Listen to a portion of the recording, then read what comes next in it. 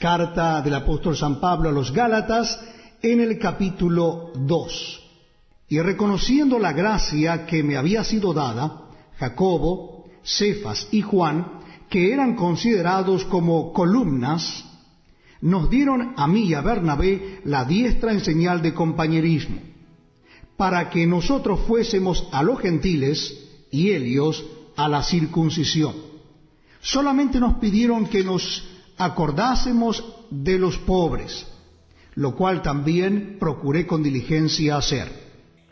Por lo visto hubo un fuerte encontronazo entre los falsos hermanos, entre comillas, o sea, los judaizantes con Pablo y los hermanos que estaban colaborando con él. Gálatas capítulo 2, 4 al 5. En diversas épocas de mi propia vida he visto llegar y pasar a diversas modas eclesiásticas que a modo de un despertar espiritual, entre comillas, quisieron introducir nuevas formas de doctrina, poniendo énfasis en algún detalle de la vida espiritual, de la vida de los hermanos o de la vida de la iglesia. Trataban de influir a que la iglesia sea despertada, a que sea renovada espiritualmente. Vinieron diversas oleadas, pero fueron modas que arrasaron todo el mundo y pasaron. Dejaron un tendal de hermanos que pasaba de la euforia del momento y se encontraron más vacíos luego que antes. En muchos casos hubo desilusiones a tal punto que no pudieron volver a tener una comunión hermanable, y otros directamente se apartaron totalmente de la verdad, y cuando ese globo de la renovación se desinfló, se dieron cuenta que era algo irreal y que sus vidas espirituales en definitiva se vieron resentidas. Hoy en día hay iglesias judaizantes que hacen una propaganda atractiva por internet. Por ejemplo, conocemos el caso de un grupo de hermanos que salió de una de nuestras asambleas para abrazar esta doctrina judaica. No llegan a enseñar la circuncisión, pero sí doctrinas y prácticas de la misma sinagoga judía.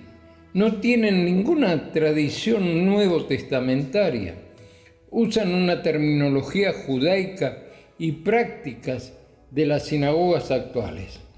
Algunos guardan el sábado, se ponen mantos, los hombres usan el talib o un manto para orar, se cubren, etc.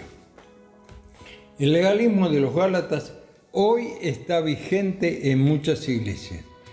Iglesias que se llaman cristianas evangélicas, pero que guardan la ley. Y son dos cosas, como plantea esta carta, irreconciliables.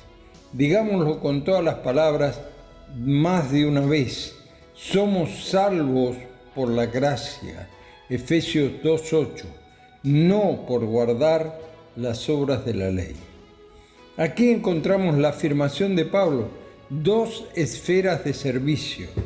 Como vieron que me había sido encomendado el evangelio de la incircuncisión, como a Pedro el de la circuncisión, Gálatas 2:7.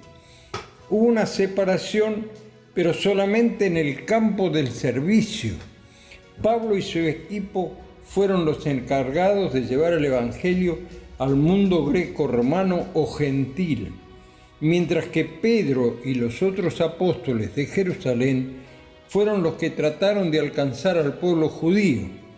Los apóstoles en Jerusalén comprendieron que esto había sido una obra de Dios que le encargó a Pablo, el apostolado a los gentiles.